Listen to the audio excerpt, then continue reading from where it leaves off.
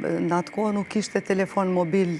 Deri sa kthehej ai në shtëpi, ka qenë me të vërtet një traumë jashtëzakonshme, jo vetëm për mua, por edhe për nanën e Albanit, e cila e priste në shtëpi. Disa herë kanë mbledhur edhe organet e tyre, i kanë vendosur në përqese edhe i kanë futur në varr. Punën Albani do të thotë ka pas gjithmonë prioritet, edhe me të vërtet dokumentimi atyre historive ka qenë pjesë edhe e familjes sonë. Sepse çdo dokumentim apo çdo fotografi që ai ka shkrepur, ka qenë njëherë pjesë e jona në familje, e imja edhe e tij, e pastaj është ndarë edhe me të tjerët.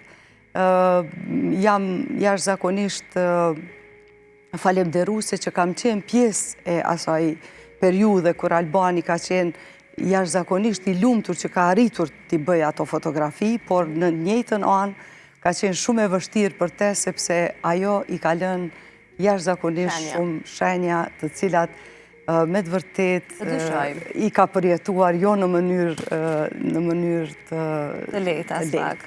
Kështu që si e menaxhoje frikën për të? Se ma mërmendja gjithkohë se ke pasur në kokë dhe duke... Po atëherë nuk ishim telefon. Atëherë kur Albani filloi edhe në atë kohë nuk ishte telefon mobil se cili njeri, a i për vete po, por e kishim të pamundur për shkak se valët nuk ishin të shpërndara në gjithë Kosovën. Kështu që deri sa kthehej ai në shtëpi, ka qenë me të vërtet një traumë jashtëzakonshme, jo vetëm për mua, por edhe për nanën e Albanit, e cila e priste në shtëpi, deri në momentet kur ai hynte edhe e vazhdonte ashtu.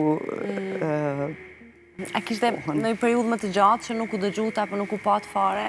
Jo. Që Bretanat ju sollën apo fatmirësisht? Fatmirësisht Albani ka punuar edhe me gazetar të huaj, apo me agjensione të huaja të cilat ishin, apo përkujdeseshin për te që ta kthenin shëndoshe mirë në fund të ditës në shtëpi.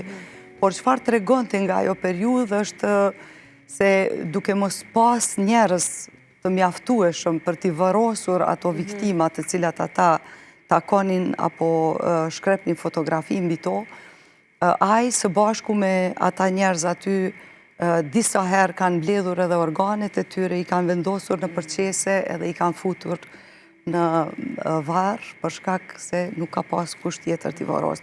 Kështu që këto kanë qenë disa prej përjetimeve jashtëzakonisht rënda të Albanit, të cilat i mori me vete ai, por shpresoj se Kosova do t'i ketë dhe do t'i mbajë si dokumente të jashtëzakonshme, sepse ato përfaqësojnë në histori e cila është e pashkruar. Ato fotografi mendoj janë të pashkruara edhe